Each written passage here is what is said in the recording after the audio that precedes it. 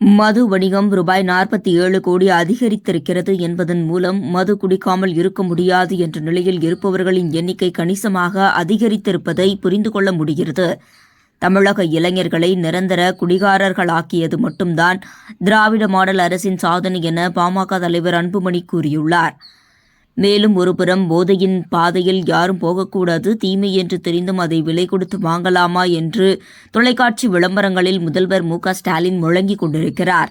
இன்னொரு புறம் பொங்கல் நாளில் கூட மதுக்கடைகளை திறந்து வைத்து இளைஞர்களையும் மாணவர்களையும் மதுவுக்கு அடிமையாக்கி வருகிறார். இத்தகைய இரட்டை வேடத்தை மு.க.ஸ்டாலின் தவிர வேறு எவராலும் நடிக்க முடியாது. கடலூர், விழுப்புரம் ஆகிய மாவட்டங்களில்தான் மது விற்பனை மிக அதிகமாக உயர்ந்திருக்கிறது என்றும் செய்திகள் வெளியாகி உள்ளன. 10, 12ஆம் வகுப்பு பொதுத் தேர்வுகளின் தேர்ச்சி விகிதத்தில் இந்த மாவட்டங்கள்தான் கடைசி இடத்தில் இருக்கின்றன.